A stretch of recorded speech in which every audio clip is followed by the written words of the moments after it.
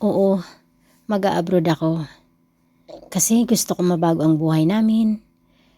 Gusto ko maibigay kung ano yung kulang. Gusto ko tumulong.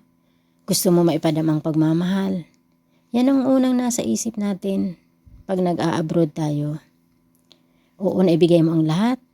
Nagsakripisyo ka, nagtiis ka. Pinili mo ang maubusan ka. Pinili mo magtiis ka. Pinili mo hindi ka kumain. Maibigay lang sa kanila ang lahat. Lumipas ang mga taon. Sige, sinagot mo lahat. Binigay mong lahat. Sinakripisyo mo ang lahat. Pero hindi doon nagtatapos. Kasi hindi mo namamalayan, ikaw ang nauubusan. Naubusan ka ng lakas. Naubusan ka ng pera. Nawalan ka ng pangarap. Lahat. Nawala yun sa'yo. Kasi bakit? Inuna mo sila. Binigay mo sa kanila.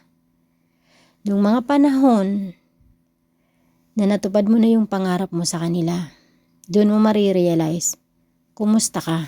Kumusta ang sarili mo? Ikaw palang wala. Ikaw ang naubusan. Nung mga panahon na yon, na naubusan ka, ikaw naman ang humiling. Ang nangyari, iba pala sila sa'yo.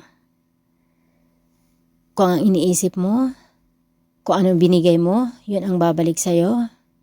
Mali yun. Kasi nung mga panahon na ikaw nang humiling, ikaw na ang lumapit, hindi na nila naramdaman yung hirap mo. Hindi na nila alam yung sakripisyo mo. Wala na silang pakialam doon. Naibigay mo na eh. Siyempre, hindi naman nila naranasan yung magpagod. Diba? Ikaw nung yung nagpagod dito. Ikaw yung nakaramdam ng hirap mo. Ikaw yung nakaramdam ng sakripisyo mo. Sila wala. Kaya paano mo iisipin na ang lahat ng ginawa mo ay may balik sa'yo? Ikaw lang naman ang nakaramdam nun eh. Ikaw lang ang nagbigay. Ikaw ang nagsakripisyo kasi naramdaman mo yun. Pagmamahal, awa, pangarap. Ginawa mo yun para sa kanila. So natapos na. Ngayon, kumusta ka? Doon mo marirealize, ikaw pala ang unti-unting nauupos, wala kang ipon, wala kang naipagawa, kasi lahat mo binigay, puro ka kasi pagmamahal eh, puro ka kasi awa eh. Nung ikaw nang humiling, ikaw na nagsalita, yung parang feeling ba na nanunumbat ka, sasabihin, di ko naman hiningi sa'yo, ikaw nagbigay kusa eh. Oo, ando na tayo.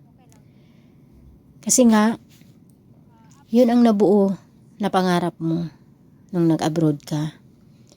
Ibibigay mo ang lahat, babaguhin mong buhay, mamahalin mo sila. Pero hindi pala dapat yun. Baguhin ang mindset na yun. Ang abroad ay hindi salita na parang nagmumulot ka ng pera. Ang abroad ay hindi salita na babaguhin ko ang buhay nila. Dahil sa huli, ikaw ang kawawa. Nag-abroad ka, dapat ang mindset mo, mag-iipon ka. Ang mindset mo, magkakapira ka. Ang mindset mo, babaguhin mo yung buhay mo. Hindi yung babaguhin mo ang buhay nila. Kasi kapag nabago mo ng buhay nila, wala na silang pakialam sa'yo. Nabago mo ng buhay nila eh. Maayos na sila eh. Ano pang pakialam nila sa'yo? Wala. Kasi hindi naman nila naramdaman yung pagod mo. Hindi nila naramdaman yung sakripisyo mo. Ang naramdaman lang nila ang tumanggap. Walang pagod yun. Walang sakripisyo yun. Walang hirap yun. Ikaw na nagdusa. Emotion. Spiritual. Lakas.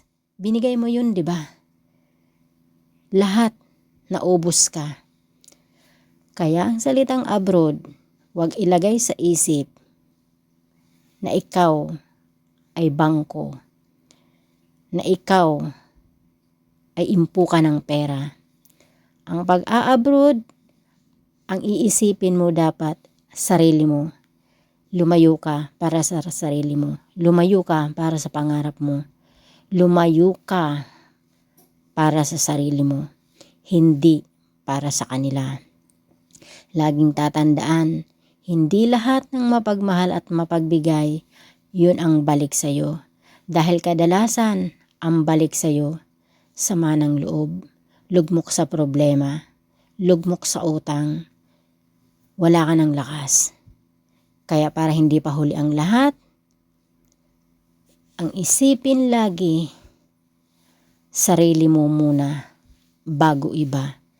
Kasi pag nawalan ka na ng lakas at naibigay mo na sa kanila, wala ka nang magagawa kundi ang magtiis. Kaya ngayon pa lang dapat mamulat na sa katotohanan. Sarili ang dapat unahin. Sarili ang dapat pahalagahan. Mag-ipon para sa sarili. Mag-ipon para sa sariling pangarap. Tumulong, okay. Pero wag ibigay todo. Wag ibigay ang lahat. Kung ano lang ang kaya ibigay, yun lang. Kung hindi kaya ibigay, tumigil. Basta't laging tatandaan, laging uunahin ang sarili. Dahil sa huli, walang ibang makakatulong sa'yo kundi sarili mo. Kasi wala ka ng karapatan mag-demand, wala ka ng karapatan humiling. Kasi ang isasagot nila sa'yo, ginusto mo yan. Ikaw ang may gusto niyan. Hindi kami ang may gusto niyan. Kasi ganyan ang totoong realidad ng buhay. Masaya kapag may naibibigay ka. Masaya pag may natatanggap sila. Pero pag ikaw nang nangailangan, wala ka na. Sa tabi ka na. Wala na silang pakiramdam. Wala na silang pakialam. Kaya baguhin ang mindset ng salitang abroad.